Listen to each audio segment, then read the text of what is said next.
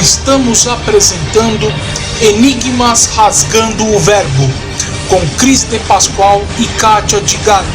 Produção técnica, Mauro Dom Pedro. Olá pessoal, bem-vindos à Rádio Excel, a rádio da consciência livre. Você está entrando no programa Rasgando o Verbo, um programa onde o normal é ser diferente. O normal é ser paranormal. Bom dia, boa tarde, boa noite a vocês que estão nos ouvindo. Olá, Cris. Olá, Kátia Gaia. E vamos agradecer os nossos patrocinadores. Claro que sem eles nós não construímos nada. É com parcerias que nós chegamos adiante. É verdade. Vamos agradecer a Casa Shiva. Hari Shiva, a família Bertô, todos os nossos amigos e companheiros da Casa Shiva, Hari Shiva. Gratidão, Bertô. Também ao Tony Gandra. Gratidão, Tony, por ajudar a gente a ficar um pouco mais bonitinha, né, toda semana. A Color Hand Esmalteria em São Caetano do Sul. Ah, gratidão a Beth, que sempre deixa a gente fantástica, com as unhas sempre lindas, né, Kátia? Isso, e a todas as meninas que lá trabalham e nos atendem também. É verdade, um grande beijo a todas, que são muito gentis sempre. A Ótica Espanha em São Caetano do Sul.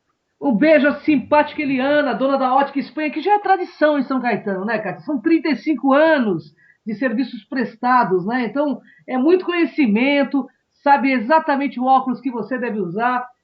Fica maravilhoso, né, Kátia?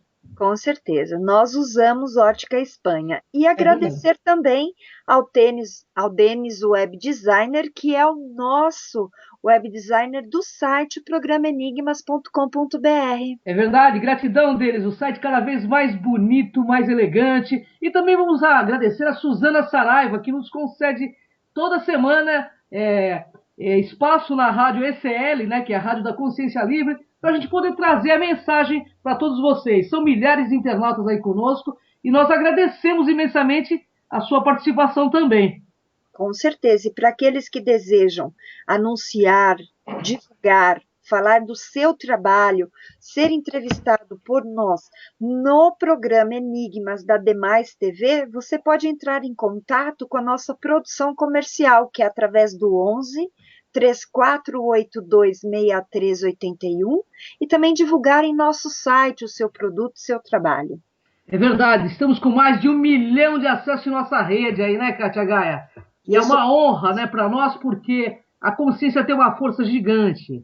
Com certeza, e cada vez mais forte, e vocês podem ter acesso ao acervo dos nossos programas anteriores através do nosso site, que é linkado ao nosso canal do YouTube, Cron TV, e por lá você tem todo o acervo. É isso aí, pessoal. Bom, hoje nós vamos falar de um tema que é um tema, assim, inquietante, interessante. É uma questão, inclusive, polêmica, viu, Kátia Gaia? Você Sim. tem medo da morte? Então saiba por quê. Toda essa história, pessoal, vem de milhares e milhares de anos. E aqui nós vamos entender um pouquinho da história para depois entrar, né, na ciência, para saber como a ciência vê tudo isso. A vida do ser humano é curta e passageira, cheia de imprevistos e mudanças que podem levá-lo do êxtase ao desespero. Uma caminhada cheia de obstáculos rumo à morte. Afinal, a vida é uma aventura do qual nenhum de nós sairá vivo. Será mesmo? Quem sabe, né? Sem a menor chance de fugir dessa verdade cruel, o ser humano, né, ele tenta de todas as formas encontrar uma explicação que possa amenizar essa triste sina. Do intelecto humano já surgiu de tudo, desde imortalidade da alma, reencarnação, de vida eterna no céu, ao tormento eterno do inferno do fogo, ou talvez uma chance de purificação nos umbrais, nos purgatórios ou no limbo. Sem falar no paraíso junto a Alá, um estado de elevação espiritual chamado Nirvana. Tudo isso baseado numa sensação chamada por muitos de fé. Palavra essa que denota firme convicção em algo que realmente pode existir. Mas hoje a ciência ela busca a confirmação. Qualquer tipo de prova ou critério objetivo de verificação que possa comprovar as evidências da sobrevivência da alma. Desde os tempos remotos, os ser humano tenta desvendar este mistério. Os antigos povos sumerianos e acadianos já tinham as suas crenças sobre a vida após morte e algum tipo de adoração a antepassados falecidos. Os mortos eram enviados para um mundo subterrâneo, conforme acreditavam, do qual não havia retorno. Os vivos reverenciavam os mortos, pois eles acreditavam que assim garantiria o bom andamento das coisas no mundo dos vivos. Não existia concepção de julgamento pós-morte entre os mesopotâmios.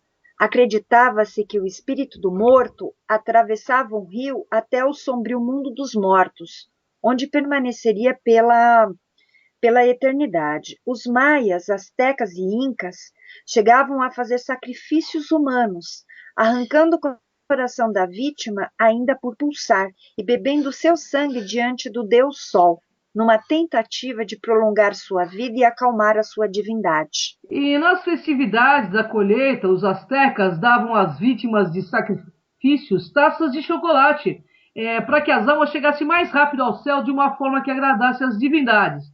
Pois o chocolate, pessoal, era considerado o alimento dos deuses. As vítimas sacrificiais deveriam ser perfeitas, e havia grande honra em conhecerem e serem escolhidas pelo imperador, tornando-se depois da morte espíritos com caráter divino que passariam a oficiar junto aos sacerdotes. Já no Antigo Egito, o processo de mumificação era uma tentativa de vencer a morte.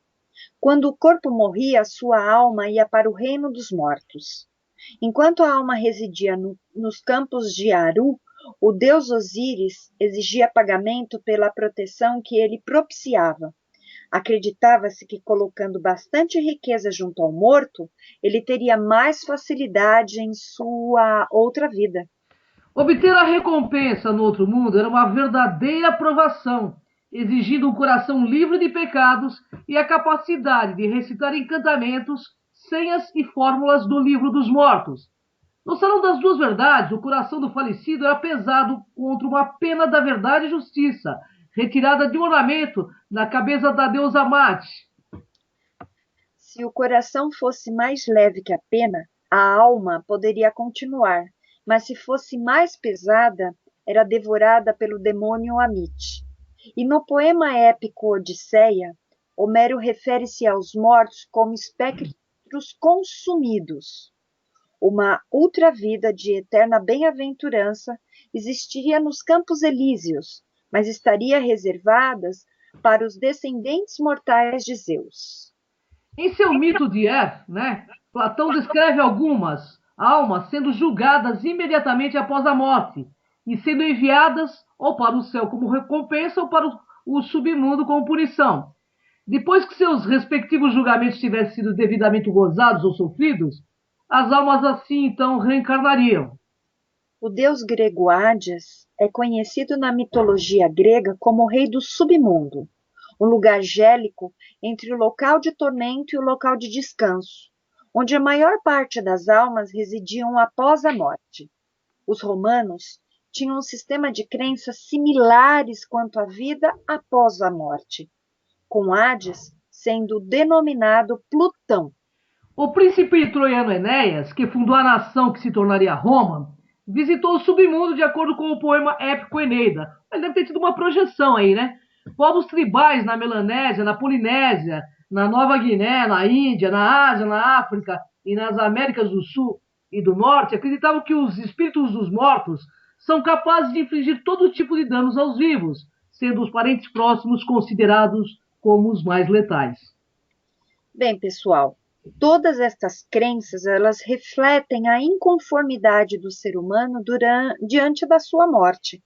Muitas pessoas, não satisfeitas com a esperança do além-túmulo, desenvolveram crenças relacionadas com poções mágicas, águas milagrosas ou as árvores da vida, que supostamente poderiam prolongar a vida eternamente. Os alquimistas chineses criaram vários tipos de elixires contendo cinábrio, enxofre, arsênico e mercúrio.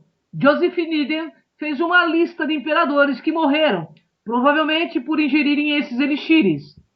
Na mitologia grega, pessoal, a Ambrósia era o manjar dos deuses do Olimpo. Era tão poderoso que se o mortal o comesse, ganharia a imortalidade. Segundo os alquimistas europeus, um elixir poderia ser sintetizado por meio da pedra filosofal, prolongando a vida somente até que um acidente os matasse. Johann Conrad Dippel teria elaborado um óleo animal chamado de óleo de Dippel, que alguns acreditavam que seria o elixir da longa vida. Uma destacada lenda urbana diz que o cientista Isaac Newton criou e bebeu esta poção, mas em vez de proporcionar-lhe a vida eterna, proporcionou-lhe a morte. E o clássico mito sumério, a Epopeia de Gilgamesh, uma das mais antigas obras literárias conhecidas, narra a incessante busca do herói por uma fonte milagrosa que curava e tornava a pessoa imortal. Pausanias, geógrafo e historiador grego do segundo século depois de Cristo, misturando lenda e realidade, ele falava de uma fonte que chamava de Calatos, situada próximo a Náuplia, no Peloponeso, no qual Hera se banhava para parecer sempre jovem e bela a Zeus, o seu marido. Alexandre o Grande teria procurado pela fonte da juventude, ou pelo rio da imortalidade, durante a sua campanha na Índia. Uma das razões pelas quais Fernando e Isabel, os reis católicos da Espanha, patrocinavam as viagens de Cristóvão Colombo era encontrar a fonte da juventude. O explorador espanhol Juan Ponce de León tinha mais de 50 anos quando empreendeu a procura da fonte da juventude e o rio da imortalidade nas Índias. Obviamente, todos esses esforços se mostraram inúteis e acabaram em desilusão. Alguns escritos religiosos da antiga Caldeia afirmavam que próximo de Eridu havia um jardim com uma misteriosa árvore sagrada, plantada por divindades, cujas raízes eram profundas e os ramos atingiam o céu.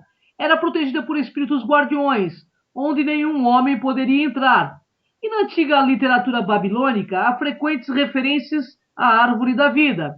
Representações das árvores são frequentes em baixos relevos e selos de alabastros. Seus frutos supostamente conferiam vida eterna aos que comessem delas.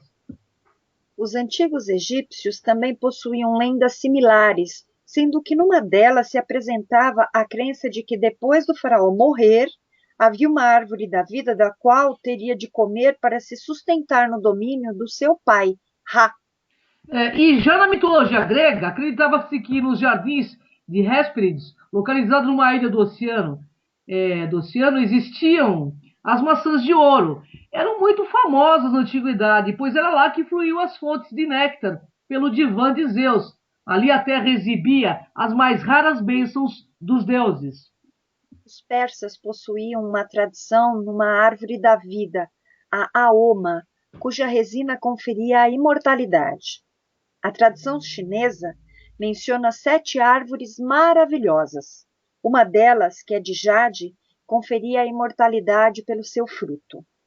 A mitologia escandinava fala de uma árvore sagrada chamada Yggdrasil.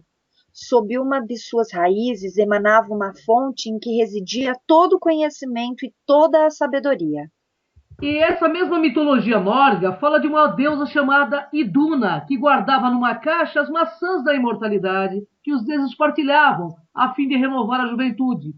Mas, segundo a Bíblia, a árvore da vida era uma das 2 árvores especiais que Deus colocou no centro do jardim chamado Éden, cujo o primeiro casal humano foi impedido de alcançar esta árvore após terem desobedecido ao mandamento divino.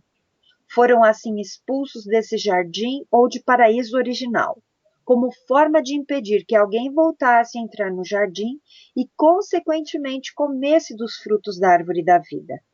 Deus colocou criaturas sobre-humanas, chamadas querubins, que possuíam uma espada de fogo que girava continuamente. E tudo isso para guardar essa árvore da vida, hein, pessoal? Bem, nós estamos dando exemplos históricos, né, dessas lendas que mostram ao ser humano, desde os primórdios, né, busca desesperadamente achar um sentido para a vida, um objetivo para a sua existência. Afinal, de onde viemos? O que fazemos aqui? Para onde vamos? Por que a vida é tão atribulada? O que significa a morte?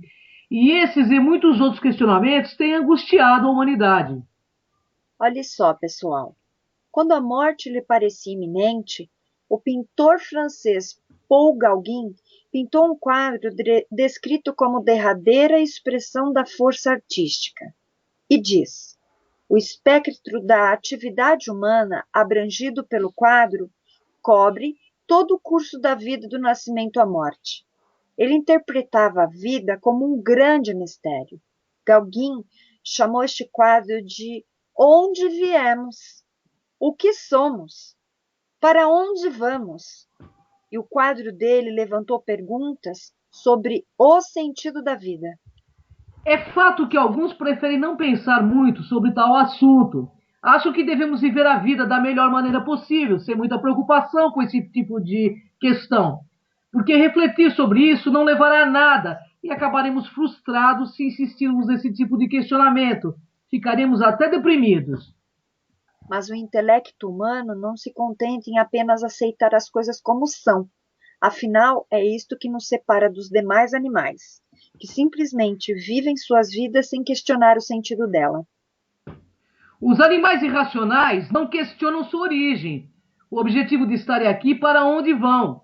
Suas preocupações se resumem em conseguir alimento, fugir dos predadores e perpetuar a espécie através do acasalamento. Aliás, nem podemos dizer que essas coisas são uma preocupação, mas sim um instinto natural que comanda suas vidas. Mas o ser humano é um animal racional, que acumula conhecimento através das eras. Tem a capacidade de autoavaliar e aprender com seus erros.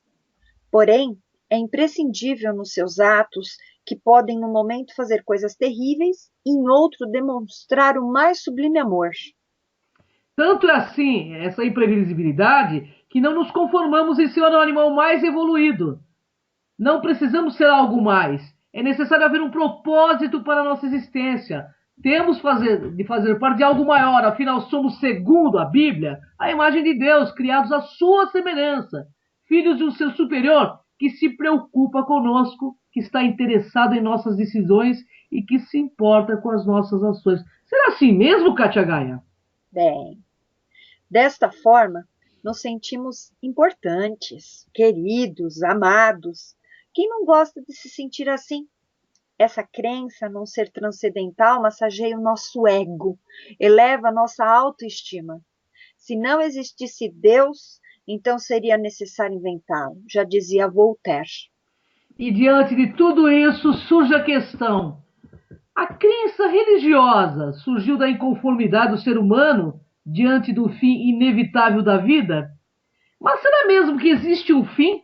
Porque, pelo que sabemos, pelo que a ciência sabe hoje, a energia é indestrutível e nada se perde, tudo se transforma. A questão é, em milhares de anos, será que tudo são apenas os mitos ou uma forma das civilizações passarem adiante a realidade de uma forma lúdica? Então questiono vocês, caros ouvintes. Vocês têm medo da morte? Bom, Katia Gaia, todas as vezes que tive a oportunidade de fazer essa pergunta a alguém, eu escutei respostas diferentes. Quando disseram que sim, os medos mais comuns eram sofrer uma dor incontrolável, ser humilhado, ficar dependente, separar-se das pessoas queridas ou sentir-se arrependido por terem vivido inutilmente. Mas o maior medo era o de sentir o próprio medo. Sob um aspecto geral, o medo da morte é o resultado de um tabu. Se tivéssemos mais familiaridade com a própria ideia da morte, não haveríamos sob o manto da tragédia. Quanto mais tentamos fugir de um medo, mais ele cresce. É verdade, sim. A consciência da morte nos ensina a desfrutar a vida com mais intensidade e, ao mesmo tempo, de maneira menos dramática. Se encararmos com naturalidade o fato que somos mortais, valorizaremos muito mais cada momento da vida. Sob um aspecto mais sutil e profundo, não são os objetivos e as situações externas que criam em nós o medo da morte, mas a ideia ilusória de um eu permanente e de existência inerente que seria aniquilado com a morte. Pois é, o medo da morte então surge como uma atitude defensiva egóica, frente a essa desintegração? Muitos de nós estamos estancados pela ideia de reconhecer a morte como uma aniquilação. Nuland escreve em Como Morremos e diz: nenhum de nós parece psicologicamente apto a lidar com o pensamento de nosso estado de morte, com a ideia de uma inconsciência permanente em que não existe vazio nem vácuo. É simplesmente não existe nada. Isso parece tão diferente do nada que precede a vida. Temos dificuldade de sustentar a ideia de não sermos nada. Não é natural pensar em algo que não tenha continuidade. A certeza de uma continuidade após a morte ajuda-nos a lidar com o niilismo de nossa cultura materialista, em que o abstrato e o invisível não são reconhecidos como verdadeiros e possíveis. Precisamos aprender a ver além das aparências imediatas. Temos de aceitar a existência de níveis sutis da realidade, que não são concretos nem mensuráveis. Enquanto não ampliarmos a ideia acerca do que somos, teremos dificuldade para compreender que não somos apenas uma mente pensante. Quando encararmos a morte como uma transformação e não como um fim, o medo generalizado da morte perde o seu poder sobre nós. E a energia vital, até então bloqueada pelo medo, é liberada, gerando disponibilidade e alegria de viver. Um dos medos mais fáceis de dissolver é o relativo à dor. Com a medicação correta, pode-se controlar a dor sem obscurecer a consciência do paciente. E hoje em dia, isso já é possível. Ao sentir medo, em geral, sentimos-nos frágeis e isolados. Mas se tivermos alguém com quem compartilhar nosso medo, logo nos daremos conta de que eles são universais e que nos ajudará a sair do isolamento. O medo e a morte são dois indutores poderosos que nos levam a buscar o autoconhecimento. Refletir sobre a impermanência leva-nos a buscar com maior dedicação a vida espiritual. Por isso que os textos budistas aconselham-nos a pensar em nossa morte 3 vezes ao dia. Se nos ocuparmos apenas com a vida material, nós não daremos espaço para essa prática, que faz com que estejamos prontos para o momento em que a nossa morte chegar. Temos medo quando associamos a morte com separação, solidão, dor e doença. Parece um pacote maquiavélico. Quando alguém adoece e de repente morre, nós ouvimos falar: chegou a hora, desculpa da morte. No entanto, quando fazemos uma reflexão sobre o que das questões espiritualistas e o autoconhecimento, nos tranquilizamos um pouco mais. O medo da morte exacerbado pode ser o medo da vida, das mudanças. Sabe que tem que fazer escolha para sair da mesmice e não faz. Sabe que tem que mudar, pensar de outra forma, focar outros objetivos e não faz. O medo da morte pode aparecer de repente. Aquele que não crê na vida eterna pode ter medo da morte, porque para ele é o fim da vida, da consciência de si. Outros acham que mergulham na consciência divina. Acho meio esquisito pensar assim. E se a morte é uma libertação, por que a perda da consciência? Fato é, amigos, podemos morrer a qualquer momento, mas não se apavora não. Não queiram controlar tudo e todos. Quando estivermos preparados, a sabedoria virá. E só ela e o amor cobrem nossa alma. Eu passei do meio século de vida, isso me assusta um pouco, tá? Já perdi muitos amigos, mas ao mesmo tempo estou consciente da minha finitude e também da minha eternidade. Pense em eternidade, em eternamente. Agora estamos na Terra e ainda há muito que fazer. Se esse medinho neurótico invadir seu coração, é sinal de alerta. Você não vai morrer, mas você está precisando viver, tomar atitudes, amar, fazer, acordar para a vida. Já teve muitas vidas e assim prosseguirá até chegar à sua perfeição. Analise seu medo. Se estiver muito intenso, está na hora de procurar ajuda. Nossa alma imortal procura muitas maneiras de nos acordar para a vida. A vida verdadeira, viu? Escolha a vida, a saúde, a prosperidade, o amor. A morte é o fim? Como acreditar no fim se a energia é indestrutível? Lembremos, então, que a semente é sepultada na terra escura, e se levanta aos poucos em busca do sol. A larva prepara o despertar dentro do casulo escuro e renasce como uma borboleta colorida. Tudo floresce e renasce a cada dia. O medo neurótico advém da falta de fé na vida. Então, conscientize a sua insegurança. Volte-se para a fonte de vida. E essa força chamada Deus é gerador de vida e amor. A morte só existe para aqueles que não vivem. O medo neurótico pode ser um disfarce. Talvez você queira mais amor, mais assertividade. O medo da morte é apenas uma máscara, sinalizando que você precisa se mostrar como é. A vida é eterna, amigos. Queira você ou não. Né? E Pois temer é. a morte física é perda de tempo. Ela virá de qualquer forma.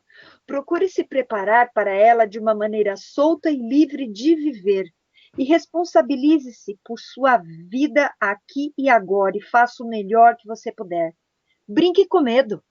Pois é, pessoal, o medo é fera passível de domesticação.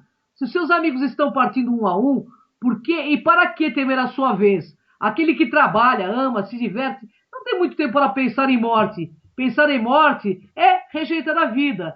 Admitir o medo, pessoal, ameniza também o pânico, né? Com certeza. E quando a morte entrar no seu coração, pense no milagre do nascimento, nas crianças e nos filhotes. Olhe para o alto e fixe seu olhar no céu estrelado. A vida é muito mais do que você espera. Então, tratemos de viver e melhorar a cada dia que passa. Ame, perdoe, tolere e passe. Viva intensamente com o desapego dos sábios, a inocência das crianças e a curiosidade dos cientistas. E quando você ouve uma música do seu agrado, pensa logo no final dela? Ou ouve cada compasso com atenção sem se preocupar com o fim? A vida é assim mesmo. O medo da morte faz parte da insegurança humana, que teme tudo aquilo que pensa desconhecer. A ilusão escurece, mas o saber, pessoal, o autoconhecimento ilumina. O medo faz parte da condição humana e nos protege do perigo improdutivo.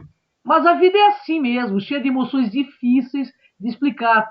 Em vez de somente temer, vacilar e reagir, por que não amar, escolher e agir? E vivendo assim, a vida será a sua música favorita, tocando num grande amplificador de som estéreo. A vida pode até não ser exatamente o que você imagina, mas será sempre emocionante e compensadora. A vida é amor. Ame. Temer o desconhecido é viver como larva eternamente com receio do casulo. Quando estiver muito medroso e sem fé, observe uma criança brincando. Resgate sua criança interior. Resgate sua essência mais pura. Só o ego prende e sofre. O espírito vive as delícias da vida eterna. Você pode, você é a própria eternidade. Seja feliz na terra, porque estamos todos de passagem. O homem não tem poder sobre nada enquanto tem medo da morte. Dr. Raymond Moody, em seu instituto, pesquisou mais de 10.000 casos de experiência de quase morte, onde todos, independentemente de religião, relatam um contínuo estado de vida onde encontrava parentes e amigos.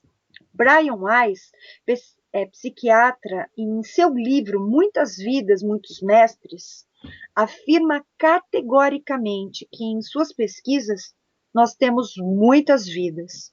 A transcomunicação instrumental mostra evidências fantásticas da sobrevivência da alma sem aliar-se a nenhuma religião. Aliás, ela alivia sem a religião. É verdade. E o Instituto Internacional de Projeciologia e Conscienciologia do Valdo Vieira tem cursos sobre projeção astral. E nessa projeção astral você pode perder completamente o medo da morte, porque você vai perceber a sobrevivência da sua própria alma em outros universos. A ciência vem afirmando, né, que estamos todos em um universo holográfico e que há multi-universos que podem se conectar. Então, ó, só por aí, né? Já vemos nossa efemeridade dentro da eternidade. Agora, temos de abandonar preceitos, preconceitos, certezas irrefutáveis, lançar-se em tarefas quase impossíveis de olhos abertos e sorriso largo, cair fora das teias venenosas de aranhas capciosas e quase invisíveis, loucas por apossar-se de uma nova presa, ou seja, religiões que usam este tema para nos aprisionar. Preste É atenção. verdade, isso tem de balde, né, pessoal? Sabe, o medo do inferno faz com que as pessoas façam qualquer coisa para pagar um pedacinho de chão no céu, né, Katia Gaia? Com certeza. Bom, pessoal, deixar partir quem chega, sem perguntar o destino, desapegar-se de tudo à volta, sonhos, tentações, idealizações e pessoas, porque somente assim conseguiremos compreender o nascer e o entardecer dos dias e o anoitecer das noites. A vaidade, o orgulho, a empáfia, a ganância perfilam-se como habituais acompanhantes do poder caricato, que se compraz dos séquitos do poder. E vale uma pergunta neste momento. Ao escutar por instantes os bastidores da consciência, será o poder filho dileto do medo, da insegurança e de serializados sentimentos de inferioridade? Katia Gaia, de imediato encontram-se ressonâncias com manifestações no autoritarismo de governos déspotecos, sanguinários e devastadores. Ânsia incontida de possuir as chaves do céu e do inferno na mão de padres e pastores e papas. Busca pelo comando absoluto de tudo e de todos, da juventude infinita e da vida eterna. Porque a morte, afinal, pessoal, para os ditames da ganância que atravessa os séculos, sempre esteve, claro, fora de cogitação. Mas aqui, o mundo é dos despertos. Então, vamos abrir bem os olhos antes de fechá-los. E saiba, um dia, ou muitas vezes, muitos dias já morremos. Só não lembramos. É verdade, porque a gente morre toda noite. Mas ao morrer toda noite, nós acordamos também todas as manhãs e a gente tem que tomar como exemplo a atitude das pessoas que nos amam, seja de que forma for. A vida é uma aventura eterna e nós estamos aqui e agora. Então estejamos aqui agora, porque o futuro, na realidade, é uma questão da gente construir, né, Katia Gaia? Com certeza. E se você não tiver aí consciência do seu presente, como você vai construir o seu futuro? O passado, ele faz parte do seu autoconhecimento. Você está ali, você viveu, mas o futuro vai depender do aqui e do agora.